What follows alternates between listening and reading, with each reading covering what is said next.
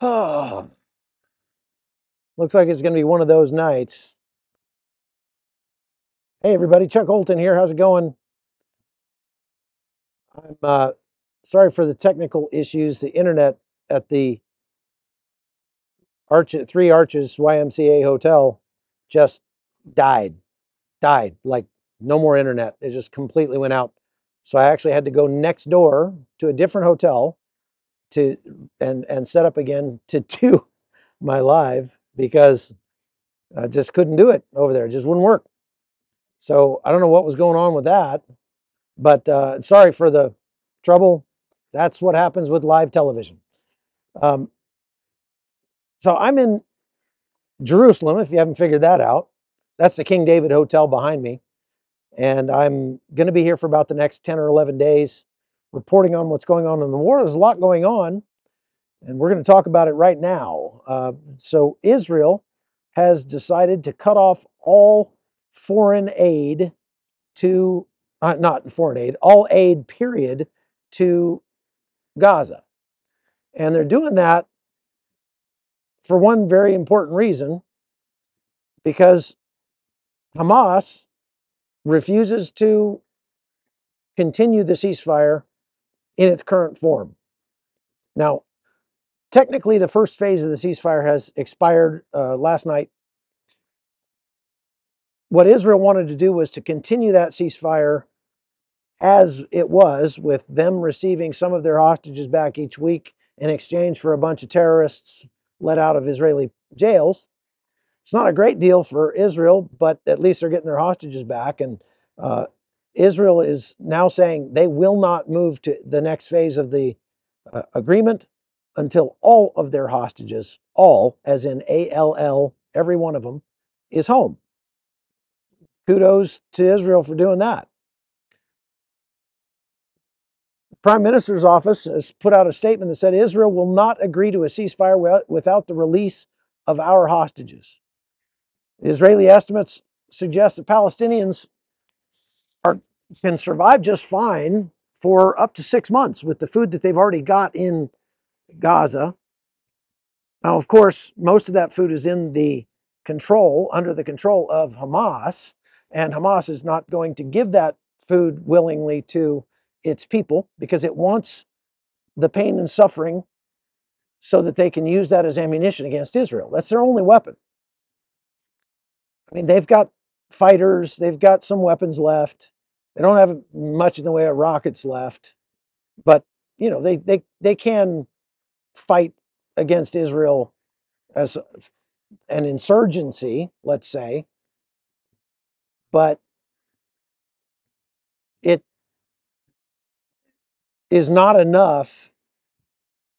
That's not near as powerful as the win in the information battle space that they will get by claiming that their people are starving. And you're going to start hearing from the media, the AP, Reuters, Al Jazeera, of course. You're going to start hearing news items about babies dying in Gaza. Mark my words. You're going to start hearing that in short order. I mean, within hours, probably. They'll start putting out stories about how people are starving to death. But they are not. There is plenty of food inside Gaza right now, according to the IDF. Like I said, for 4 to 6 months. And I guess what that means is that they're going to have to keep this aid blockade up for 4 to 6 months before it really starts to bite. Now, they can probably do things to hasten it.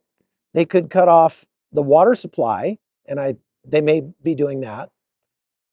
They could cut off power generation, if there is any left. There probably isn't much left. They can certainly, by stopping the fuel will probably be a bigger deal than the cutting off the food, because they're going to run out of fuel a lot sooner than 4 to 6 months, without a doubt. No question about that. I'm wearing my hat because it's fairly cold out here. It's in the 40s, and I'm trying to keep my wigwam. So if you like the hat, maybe I'll wear it more often. It's amazing how you can go 100 yards one direction from the YMCA hotel and get absolutely smoking fast internet. And maybe it's because that hotel's 100 years old. Their Wi-Fi router is almost that old, apparently. I've talked to them about it before. They said they were going to do something about it, and they have not. So obviously that doesn't make me super happy. Anyway, so let's talk more about what Israel is going to do next. So as I've been saying all along, they cannot move on to the second phase of the ceasefire deal just yet. Because the second phase of the ceasefire deal requires them to pull all troops out of Gaza and essentially end the fighting for good. That can't happen because, as Hamas has made very clear throughout the last 6 weeks, they still exist. They are still in control. They still have operational control of Gaza. They have plenty of fighters who are apparently waiting, just ready, willing, and able to martyr themselves for the cause. That does not equal security, safety, or any kind of accomplishing a military objective for Israel. So Israel is cutting off all transfer of humanitarian aid to the Gaza Strip. They've closed all their crossings as of this morning. That decision was made during a meeting with the Prime Minister and in coordination with the United States. So they ran this by the U.S.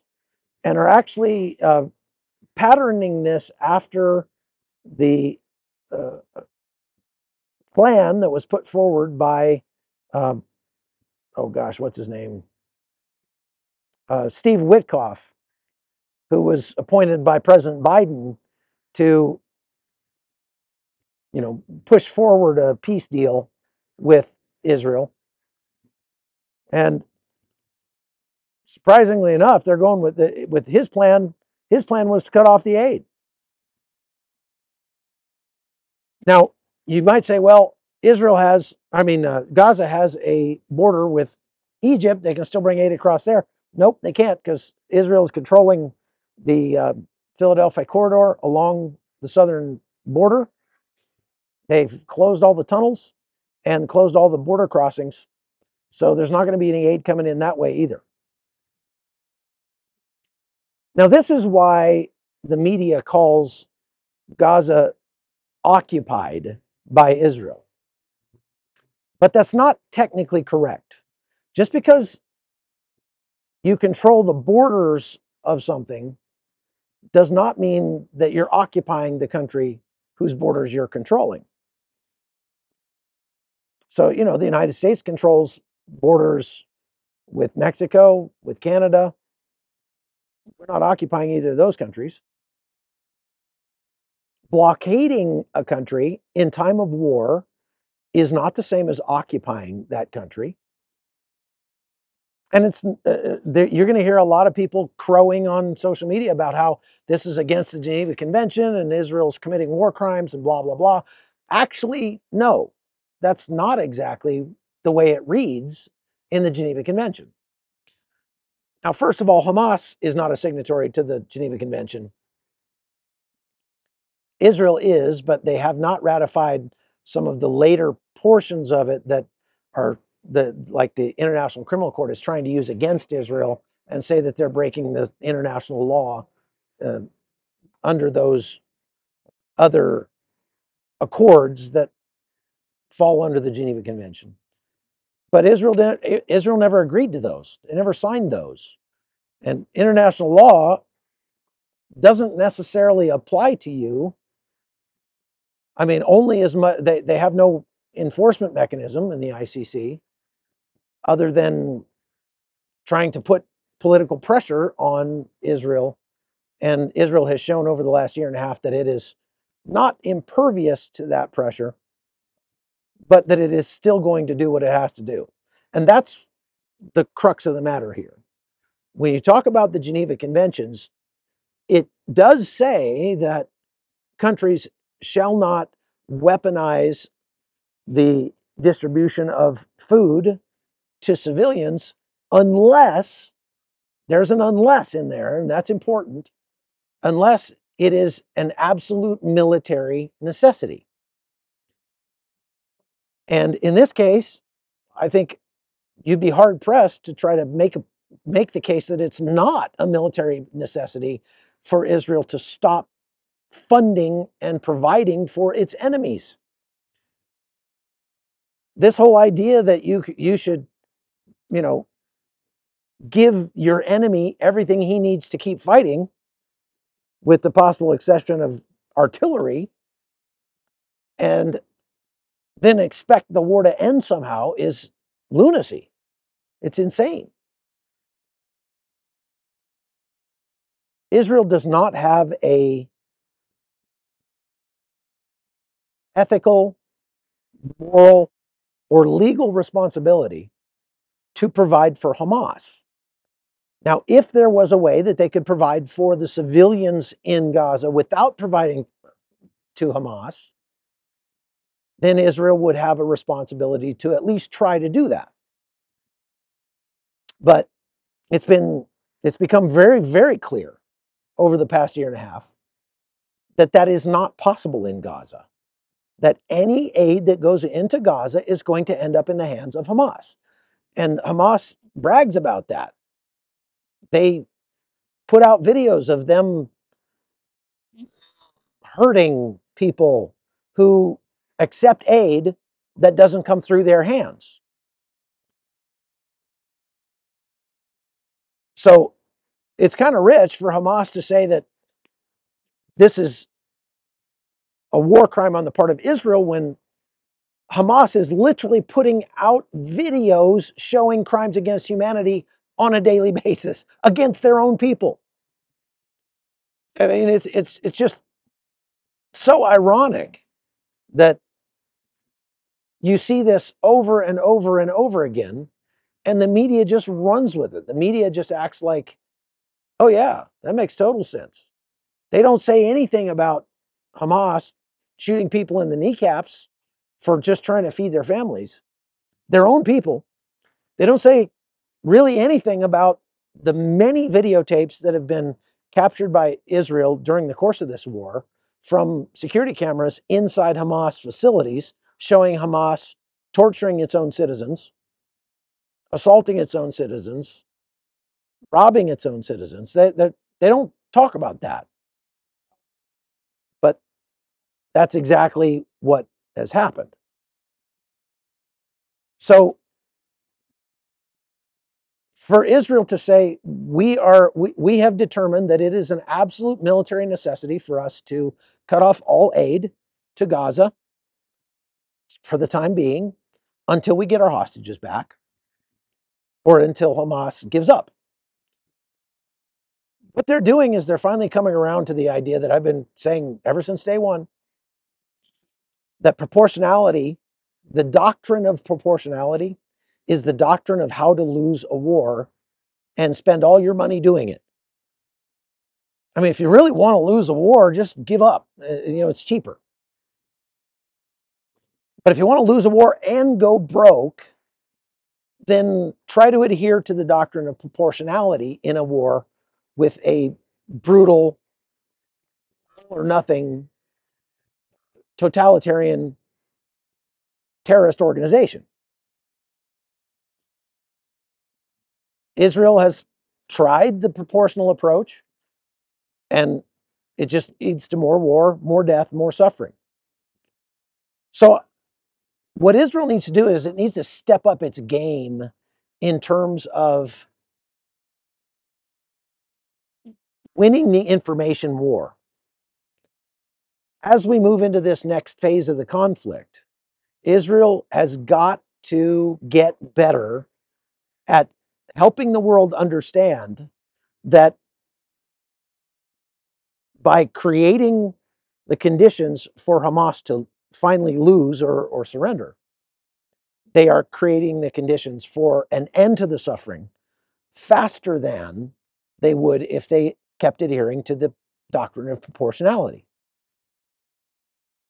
Doctrine of proportionality, if they blow up one of your vehicles, you blow up one of their vehicles. If they kill some of your people, you kill some of their people. You just go back and forth, just sort of try to keep it even.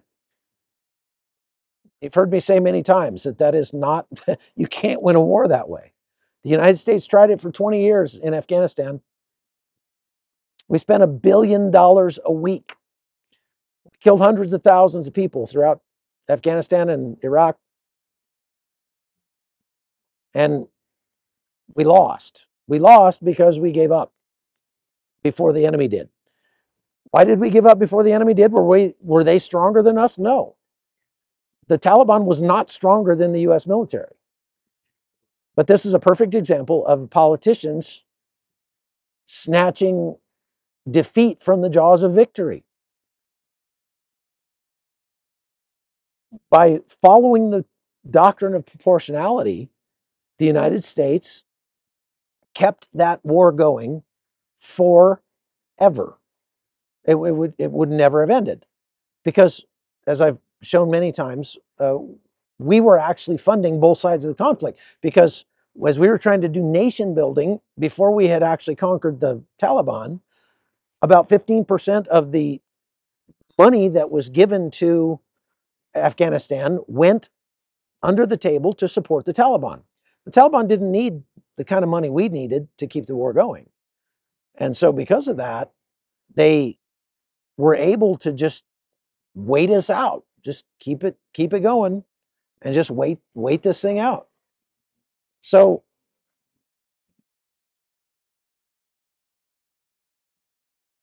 Israel is finally coming around to the understanding, and is finally has the conditions that have been created by the Trump administration to allow it to do what it needs to do to actually win. And that is to bring so much pain and suffering on Hamas that Hamas will be forced to give up or be destroyed. Now, they may not get all their hostages back. Likely, Hamas is going to continue. They will give up some more hostages.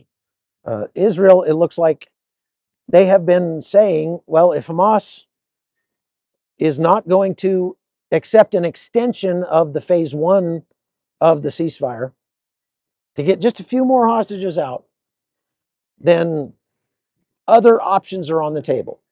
And those other options obviously include kinetic options, where they may go in with force. But reading between the lines of this article especially, it sounds like what Israel is trying to do is to say, we're going to cut off all aid. We're going to wait a month. Perhaps if Hamas is still refusing to play ball, then we may have to go in with troops. Maybe they won't wait a month. Maybe they will. Now, for its part, Hamas says they categorically refuse to continue with phase 1, that the ceasefire agreement must progress to phase 2, and they will not even consider any other options. Basically, their messages said, don't even bother trying, because we're not going to consider any other options other than moving to phase 2. What they did not say, and this is telling, is that they are ready to go back to fighting, because they're not. Hamas does not want a return to hostilities.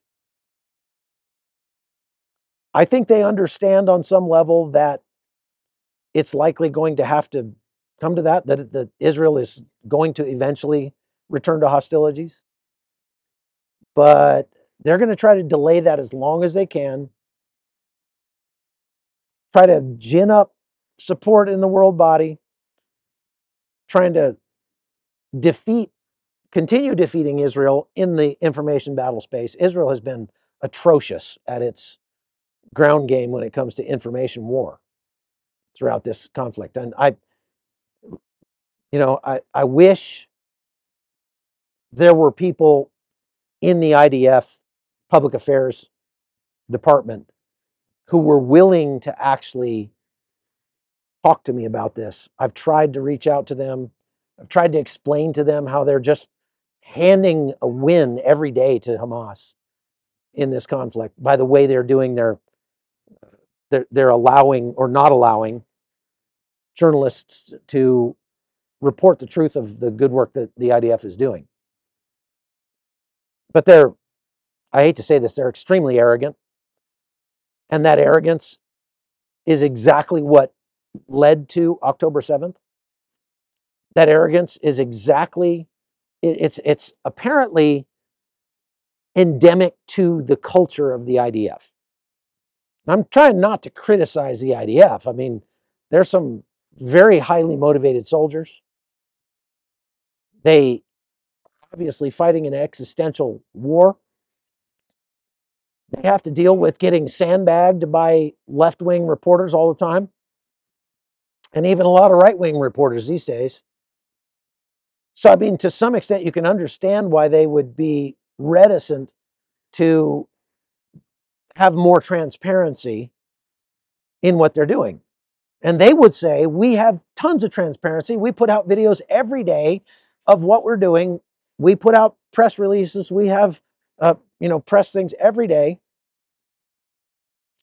But all of the stuff that they're putting out, pretty much, is coming from the IDF and some local media outlets, friendly local media outlets.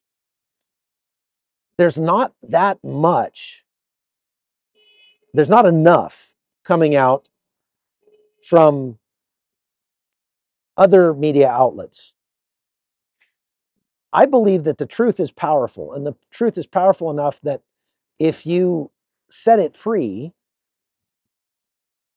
even if there are forces out there that are trying to twist it, trying to pervert it, if you make it free enough, the truth will get out. People will come to understand what's really happening. And unfortunately, the IDF just can't quite let go of that control. They need far too much control. Now, I don't mean to sound bitter. I am a little. I've invested a lot in covering this conflict and have been very favorable to the IDF, have bent over backwards to try to do reporting that would not twist the truth in any way. And they've been just, don't care, don't need you. Okay, well, that's the way it goes. So as they move into this phase of the conflict, where they are cutting off all aid to the Gaza Strip, and as Hamas is saying, we're not going to consider any change to the ceasefire agreement, Hamas is putting out that Israel, because they won't move to phase 2 of the agreement, is breaking the ceasefire. Well, again, very ironic. That's pretty rich. Hamas has broken the ceasefire multiple times in multiple ways. There's actually been rockets flying out of Gaza during the ceasefire toward Israel. There have been incursion attempts. Terrorists have tried to get across the fence into Israel. There have been attacks on Israeli forces during the ceasefire. So it's pretty ironic that Hamas would try to, not surprising, would try to accuse Israel of breaking the ceasefire, but they're not. Israel is just saying, we're not ready to move to phase 2. They haven't even begun to negotiate about what phase 2 would exactly look like. I mean, they have a general framework, but they sent envoys to Egypt last weekend, and those talks ended in a deadlock. Israel told its mediators, put maximum pressure on Hamas to continue the first stage of the deal, release additional hostages, and go with that. But Hamas, for its part, is saying not going to happen, saying no.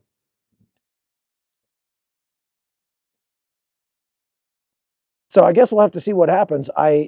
If I had to guess, I would say that it's likely Israel will not send more forces into Gaza right away on the ground, that they will cut off the aid and then wait to see if that has an effect, if that brings Hamas to the table.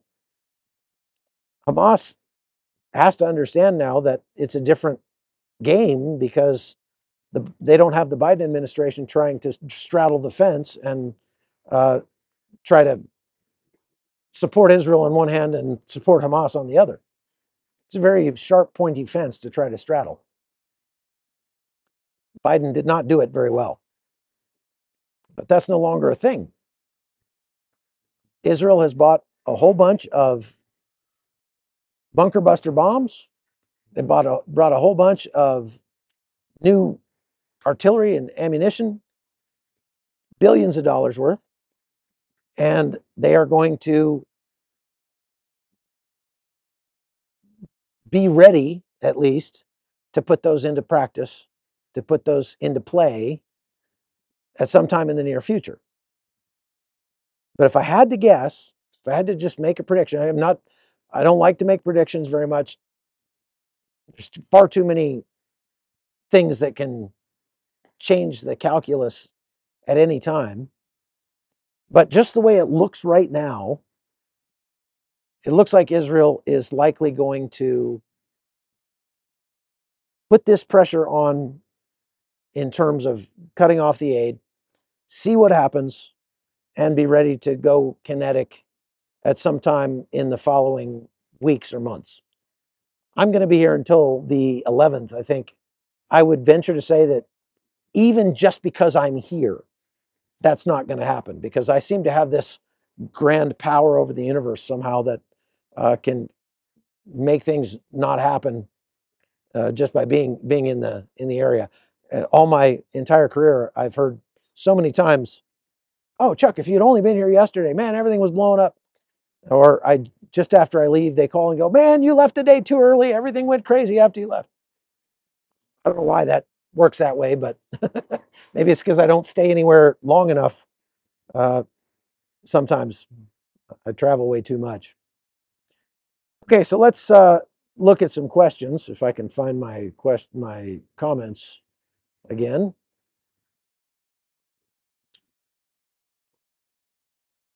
Yes, like I said, for those of you, I'll just reiterate. Uh, they believe that Hamas has 4 to 6 months food stored up in Gaza. They could feed everybody in Gaza for half a year without any new stuff coming in. But they won't. Hamas is going to withhold that aid, keep it for itself, keep it for its own fighters, and intentionally inflict as much pain and suffering on their own people as possible in order to win the information war. And what Israel has to do is continue making the case. They've got to continue making the case over and over and over again that the quickest way to end the suffering is to stop feeding Hamas. The quickest way to end the war and to get back to peace permanently is for Hamas to be defeated. And so it is a military and strategic necessity for the IDF to cut off the aid and to put that process into motion. It's going to take a few months. KP1 asks, do you think the prisoners will want to be released if there's no food, water, and power? That's a good point. Yes, they will want to be released, but they're not going to be happy about getting back to Gaza and finding that there's no food, water, or power. But again, there is for Hamas. So these guys will likely be fed just fine. Also, a disturbing number of these prisoners are being released into areas of the West Bank, Judea, Samaria, and the Hebron. And that, it doesn't bode well for Israel. We've seen a lot of almost daily attacks, shooting, stabbings, ramming attacks, you name it, coming out of the West Bank. There's been a lot of violence in the West Bank since the ceasefire took over in Gaza. You know, that ceasefire with Hamas, oh man.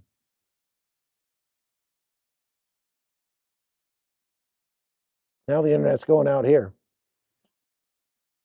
That ceasefire with Hamas was only for Gaza. There really was not a ceasefire at all in Judea, Samaria, and the Hebron. So the IDF has been working very hard, putting a lot of its effort into clearing out terror cells in the West Bank areas. And there you go. Now, JMC says, I don't agree to genocide. Okay, it's pretty hard to make the case that genocide has been happening in Gaza because the number of Palestinians in Gaza has grown by about 4%, they say, in the last year and a half. They've had a lot of babies there. More people have been born in Gaza than have been killed, apparently. That might be hard to believe. Those are the numbers I've seen. Cutting off food, water, and power to Gaza will intensify the suffering in Gaza, but shorten the suffering. So think of it this way. Would you rather get one solid punch to the mouth? Would you rather have, uh, you know, a set of vice grips pinched on your arm for the next 6 weeks? If I had to choose between those two, I'd take a good solid punch to the mouth. My point is that by intensifying the suffering under absolute military necessity, which means it's not illegal under the Geneva Convention to do that, is the quickest way to bring a solid, lasting peace in the region. Now, I would say it's likely we're going to start seeing. By the way, just a final thought on that whole genocide thing. If you really think Israel is attempting to genocide the people in Gaza, Israel is really, really, really bad at genociding people since they've been feeding them for a year and a half. And they've been providing medical care for some of the sick and injured. They've been vaccinating the children. They've, bent over backwards to avoid civilian casualties. If you're trying to genocide people, they'd be carpet bombing, but they're not. They have not done really any strikes in Gaza that weren't precision strikes. So you can't reasonably make a claim that they're trying to genocide the civilians of Gaza. There are still 2.5 million people in Gaza, and they've been moved around a lot. They've been pushed out of their homes. About 92% of the residences in Gaza have been damaged or destroyed in this conflict. And if you would blame Israel for that, you're either biased or very short-sighted, because Israel had a ceasefire with Gaza on October 6th, 2023. None of this would have happened if it weren't for October 7th. None of it. Anything that happens after you break down the walls between you and your neighbor and go in and massacre 1,200 civilians, women and children and babies, take hostages, etc., etc., do all the things the unspeakable things that they did to people on October 7th. After you do that, whatever happens next is your fault. Even if it was genocide, it's your fault. But it's not genocide in any way, shape, or form.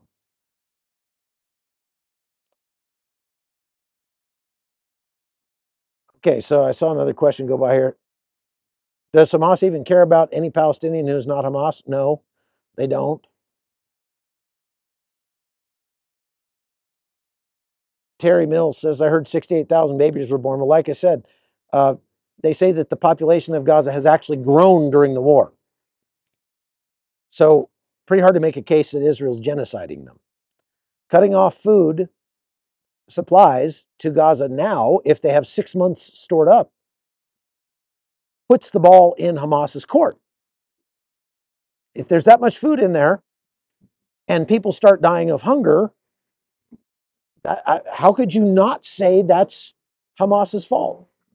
Seriously, I mean, Hamas has food to give people, and they're not doing it. So if they're not giving their own people the supplies that they have stored up, how is it Israel's fault? Try to make that case. You can't. Doesn't make any sense. Question, is this war going to spread into the West Bank? It already did. I mean, look, there is war happening in the West Bank. There are gunfights happening every day in the West Bank. You don't hear so much about it. I'm not sure why. I guess, the drama in Gaza is just so much more appealing to the cameras, because Israel is not going in and just wholesale bulldozing homes and things in Gaza. They are bulldozing quite a bit, actually, mostly roads, because Palestinians put roadside bombs in place in the roads to try to hit Israeli troops as they're coming in and out of Judea and Samaria. So when they go in, they send a bulldozer first and just tear up the road to blow up any of the roadside bombs that are possibly in place in there.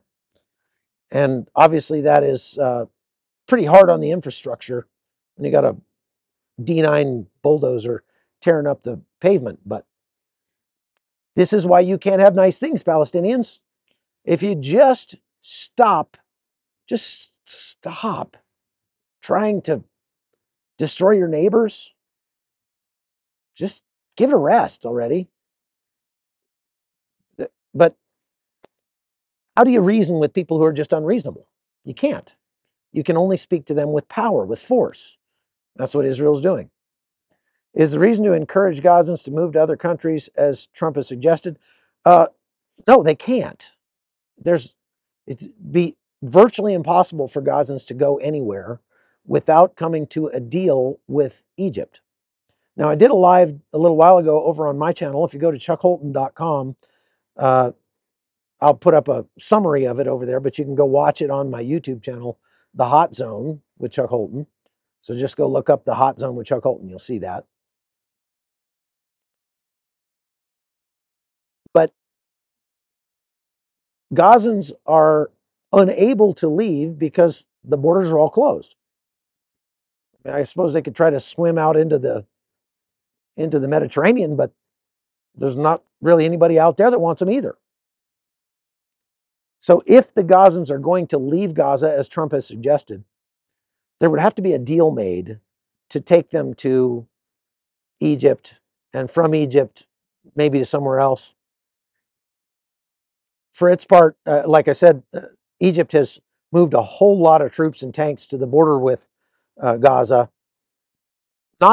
I don't believe they're doing it as a threat to Israel. I believe they're doing it as a deterrent to Donald Trump. That's their very visible message to Donald Trump, that we will not take people from Gaza into Egypt.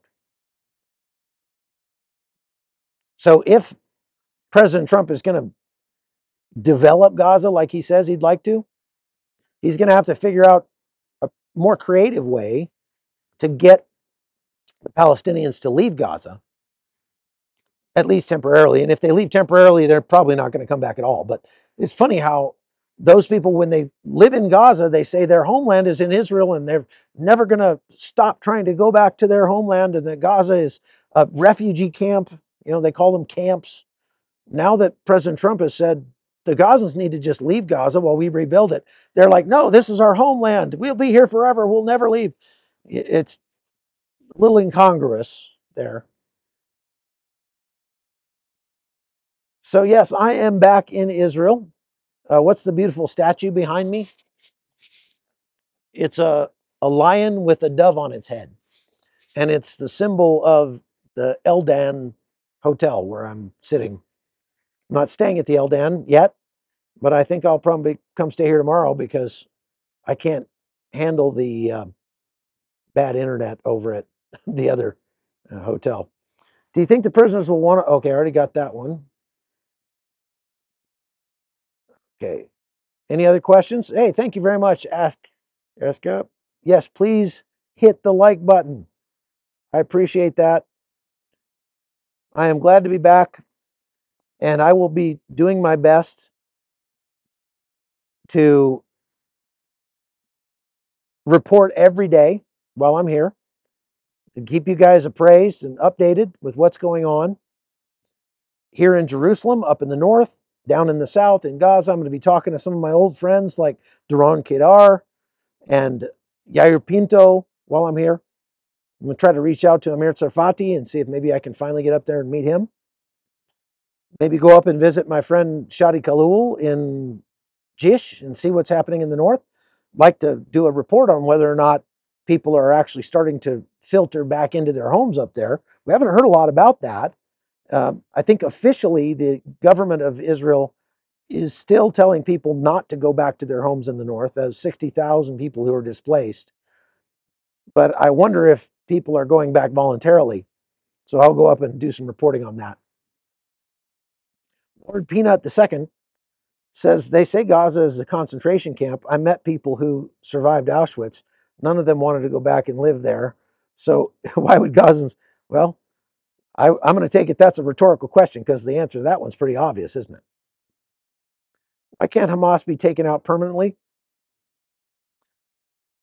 It's kind of like trying to take out Al Qaeda, radical Islam. I mean, really, what it boils down to is worldview, and uh, you're going to have to ask,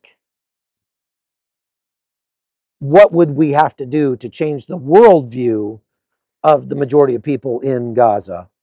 And as many people have pointed out, without a heart change, the culture is never going to stop hating Israel.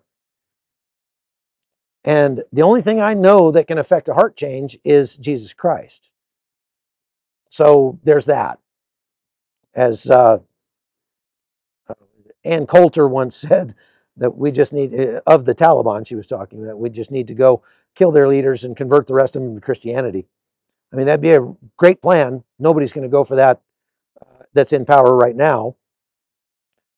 Somebody asked where I got the hat. I got it on Jaffa Street, just down the road. I walked to church tonight, and it was cold enough that my head was getting pretty cold. But I didn't want to put on a stocking cap or anything like that, so I just got this one. Nice Palestinian Arab man who was running the hat store sold it to me. People might be surprised at how many Palestinian Arabs there are in Israel who are not right now fighting. About 20% of the population, and almost every store that you go to in the mall where I was earlier today over at Technology Plaza is being run by Palestinians. So I've met some very kind, gracious, nice Palestinians in the time that I've been here, the 6 months or so that I've spent in Israel since the war started. Where the statistic comes from about growth population in Gaza, Gus, Google it.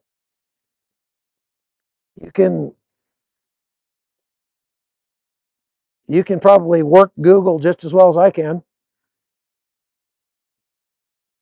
There's plenty of reporting on that. Did I see the hilarious Trump Gaza video released? Yes, I did. Light Life.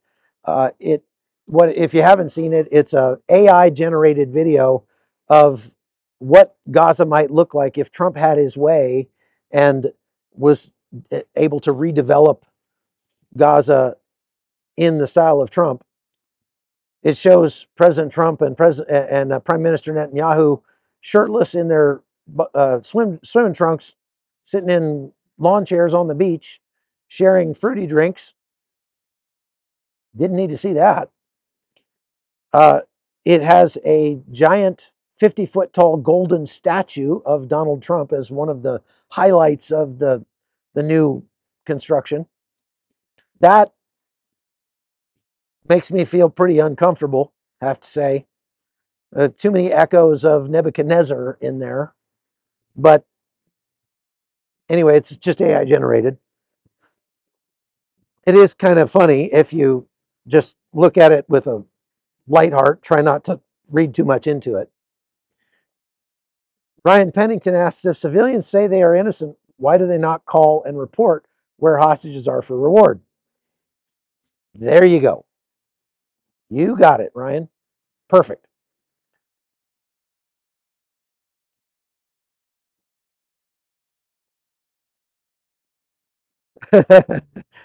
Randall says, I thought the statue was 66.6 feet. Yikes. That'd be even worse. So the bottom line is Israel is starting to finally take the steps that it needs to take to end this thing once and for all. Up until now, it hasn't really had the ability to do so because of the Biden administration. And just like I am seeing when I report on immigration, last week I was in Colombia, a few days ago I was in Panama, reporting on the reverse flow of migration coming back south now as people were unable to get into the US, so they turned around and headed back to their home countries. What I've noticed is that all of the things that the Biden administration was saying about migration, about, hey, we're doing the best we can, we're making great strides, this is, it was all, it is being very clearly exposed as a lie by the fact that President Trump has been extremely effective at closing the border. All it took was the force of will to do so.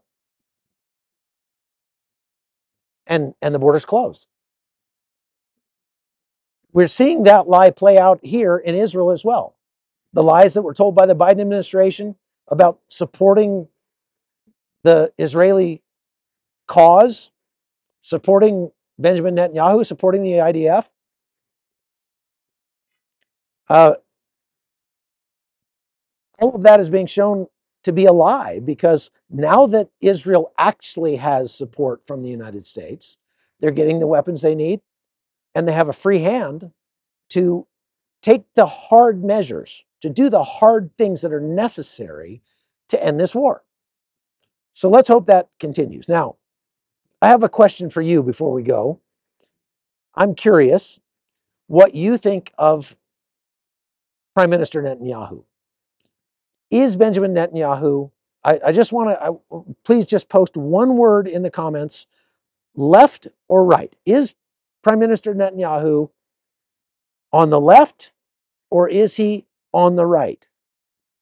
Would you call him a right winger or a left winger in your estimation?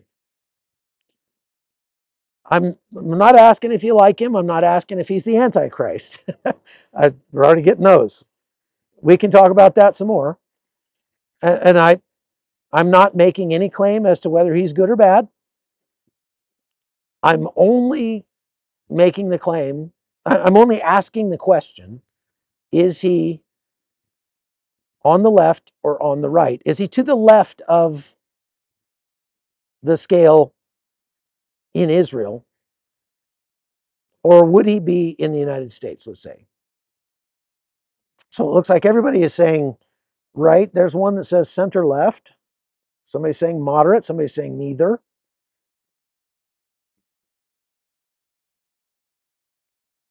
Some people say left. Ernest believes left. Somebody says both. I don't know how you do that. I, yeah, he's for Israel. Okay, so most people say he's on the right. It's interesting because a lot of the people that I know who are very much on the right, very conservative, believe that Benjamin Netanyahu is a raging leftist. I'm actually in the camp that believes that he's probably more to the left. At least if he was in the United States, he would not be a Republican. He would be a Democrat.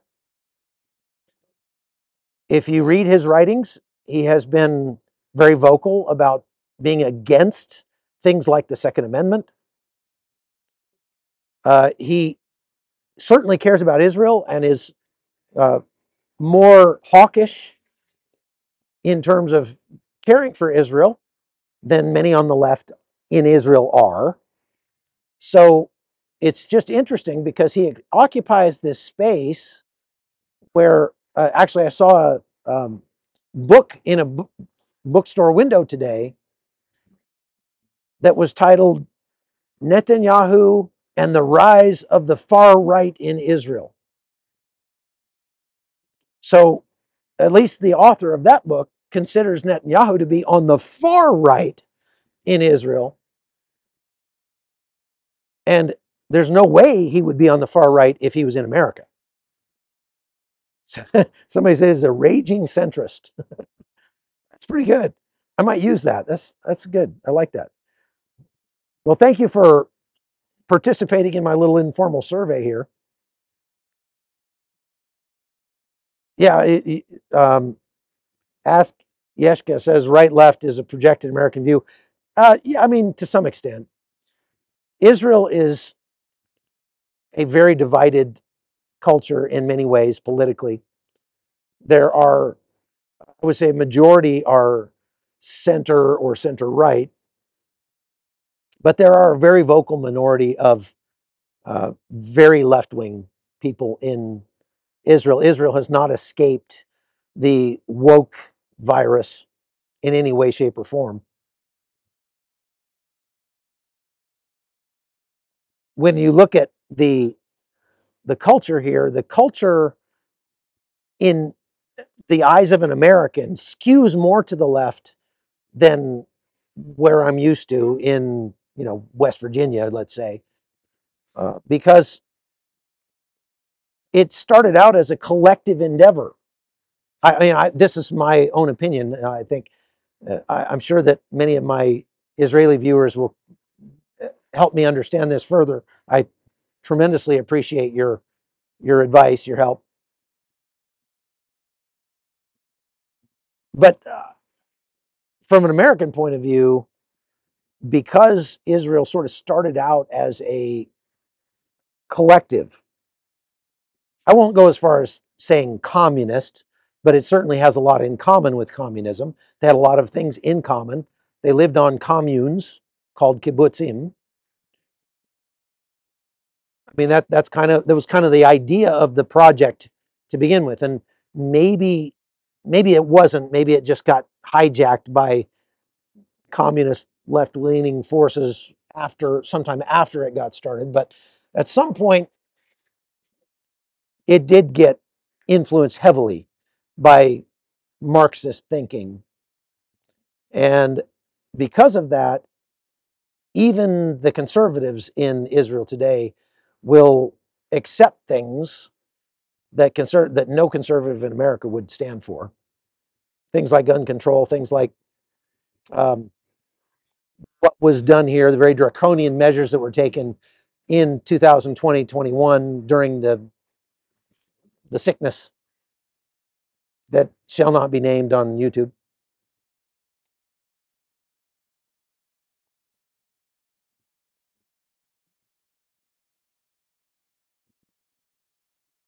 Israel has a good healthcare service. Yes, they do. Very good healthcare. Very has a good education system. Corrective discrimination for people from poor backgrounds and universities are cheap. But all that is correct, Lord Peanut. but the taxes are very high. Nothing comes for free. And because the government has a nationalized healthcare system,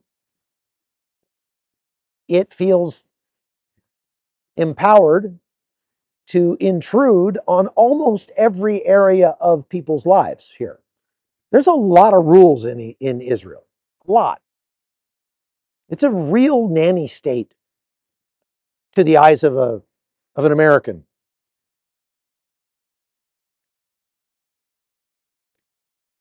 And I mean, I'm not criticizing. It's their country. They can make it however they want. And it works well for them. And they're extremely homogenous in many ways, at least the Jews and secular Israelis, uh, aside from the Palestinians, are pretty homogenous in many ways. They kind of, have a very similar worldview. And that's great. Good for them. I'm just making a comment about, how it appears to an American when an American comes here and lives here, the things you start to notice, like, God, we can't do that. We're that doesn't seem very free. I'm not allowed to even, well, I don't want to go off on too much of a tangent with that, but suffice it to say, there are a lot of things that just kind of raise my eyebrows when it comes to that. Okay, well, please hit the like button, folks. I'm going to wrap it up here, and I really appreciate all of you. We're going to pray for Israel now. Again, I'll be reporting on my own channel, The Hot Zone with Chuck Holton here on YouTube. Go look that up and subscribe over there. You can also go to chuckholton.com, where I will be putting up written summaries, bullet point lists of the points that I made on these lives. So if you wished you had taken notes, or if you wanted to share the points I made with a friend or a coworker, you can go to chuckholton.com, and you can sign up over there to get all kinds of extra stuff like that. You can also become a supporter over there if you like. I would encourage you, if you're going to donate, though, donate to CBN.com. Go to CBN.com and donate over there. I appreciate the Leighton. Thank you for that donation. I appreciate that. If you really want to donate to CBN to keep us on the air, because we're viewer funded, go to CBN.com and donate over there. So I appreciate all of you, and I would ask that you just bow your heads and pray with me for the peace of Israel. Lord, I just come to you right now, and I pray that you'd give wisdom to Israel's leadership. Pray that you'd give safety and discernment to the IDF soldiers who are still in the field in Gaza, in Lebanon, in Syria. Father, I pray that you would put your sheltering arms around the Israeli people, man and woman, young and old, rich or poor, Arab or Jewish. I pray that you would bring peace in Jerusalem, Father. I pray that you would bless those who bless Israel and curse those who curse Israel, as you say in your word. Pray in Jesus' name. Amen. All right, folks. Thank you for watching. Appreciate all of you. And stay tuned. We got a lot more coming.